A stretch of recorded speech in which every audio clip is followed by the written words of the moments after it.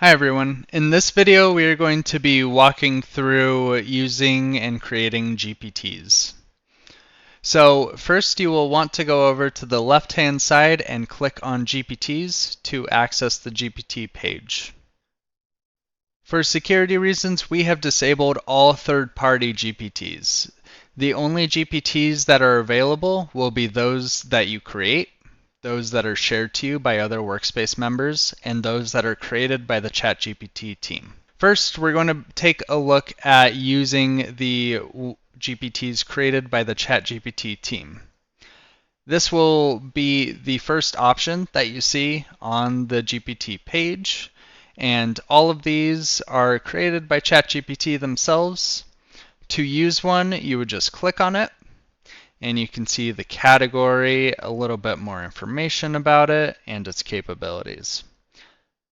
To start using it, you click the Start Chat button, and now I am in a chat. So this GPT in particular is a sarcastic responder, so I'm just going to ask it to tell me about yourself.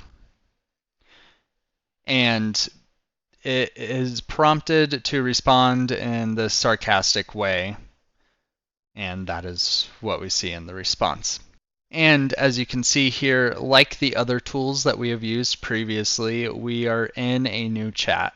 We are also presented with a new section in the sidebar for GPTs. So as you use more GPTs, they will show up underneath where Monday is. If I were to click on Monday, sometimes it takes a couple of times,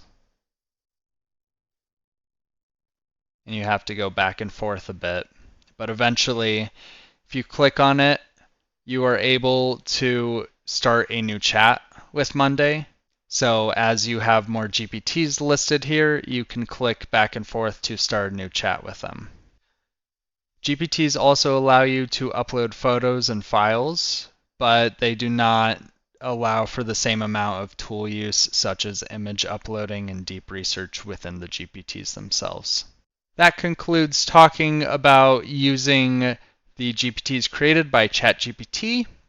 Next, we will look at creating a GPT. So to do that, we will click on Explore GPTs, which will take us back to this page, and in the top right-hand corner, you can click the Create button. So there are a few different pieces here to go over. The first one is that we are by default loaded into the Create tab here. This will allow us to use natural language to create our GPT. If you want more control over the configuration, you can click on the Configure tab, which will present all of the customizable fields that you can enter in for a GPT. And we'll go ahead and walk through each of these one by one. And again, you have the ability to click the Create tab and enter in this information and let ChatGPT do most of the legwork to automatically configure this. But for our examples, we'll just be going through each field and explaining a little bit about it. So the first real option we have here is this plus icon, and this is a logo for the GPT.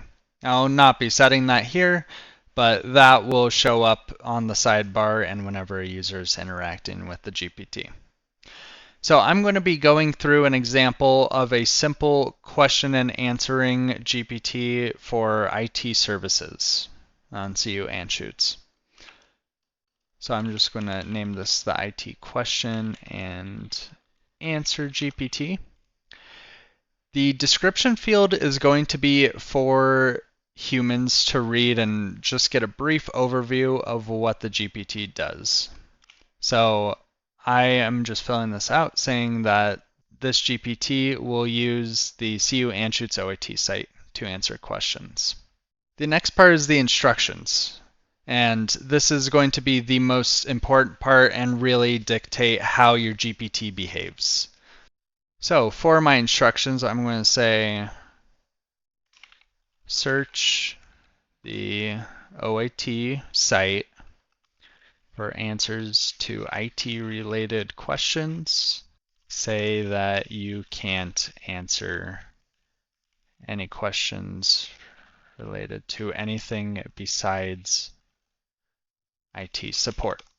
This is a very simple prompt. If you were making a GPT, you would want to fill this out with a lot more instructions, a lot more rules about what is and isn't allowed. The next section is conversation starters.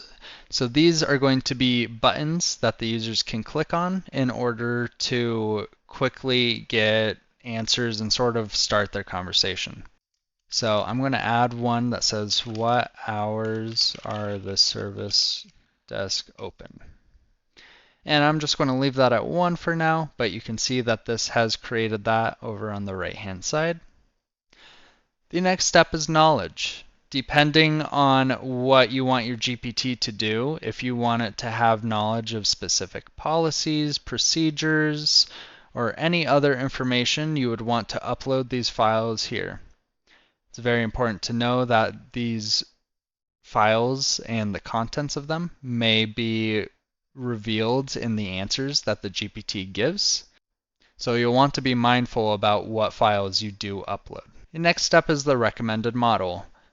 This is recommended to just leave this here and let the user choose what they prefer. At the current stage, there's only one model that is allowed for users to use anyways, so this doesn't have much of an effect. Next phase is the capabilities. So given that we are asking this GPT to search the website, we want it to have web search enabled. Apps at this current phase are disabled, so we're going to skip past that.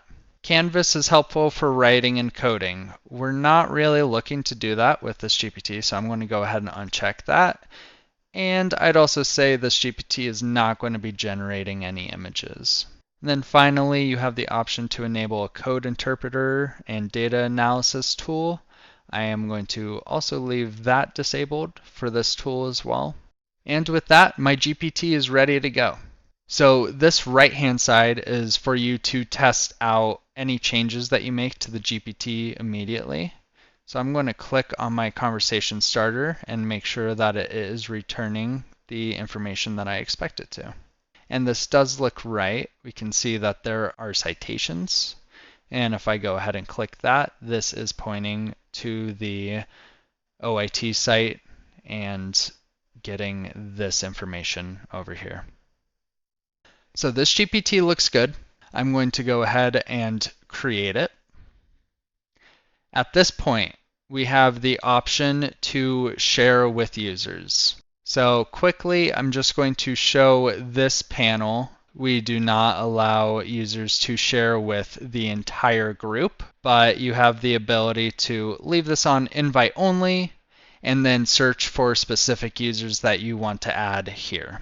So I'm going to go ahead and search for my name, and this is my current account, and this is my main account. So I'm going to go ahead and click that. Once you add a user in, you have the ability to select the level of permissions that they have. So by default, they'll only be able to chat with the GPT. The other options are that they can view the settings along with duplicating the GPT, or you can give them full edit permissions. And you can also remove them from here as well. Users will receive an email when they get a GPT shared with them, and that is how they will be notified. You will also be able to copy a link later on to send these users. The other thing to note too is that you can share a GPT with up to 100 individual users at a time for any one GPT. So we're going to go ahead and click update. And now that we have done that, we have the option to copy the link, and we could share that with any of our users that we have given permission. And we can also view the GPT. So I'm going to click View GPT, and you can see here that this is showing up on the left-hand side. It has our conversation starter, and it will answer questions based off of the OIT website. If I click up in the upper left-hand corner here, I'm presented with a few separate options. The first is you can choose the model that you will use to interact with this GPT. Again, for right now, we only have access to the instant model, so we can ignore this section. We're able to start a new chat, see that description that we had added in. We can go back and edit our GPT, hide it from the sidebar, copy a link, or review it. So if you needed to get back in and make edits to the GPT, that is how you would do that. But otherwise, this appears good to go. And we should expect roughly the same answer if I use this conversation starter. And it all looks the same. And again, each chat with the GPT will add in a new chat down here, while also having this highlighted. Finally, if you wanted to share the GPT with more users, you would go into the Edit GPT section, and in the upper right-hand corner, you have the ability to click share, and this is the same screen that we had set when we were first creating it.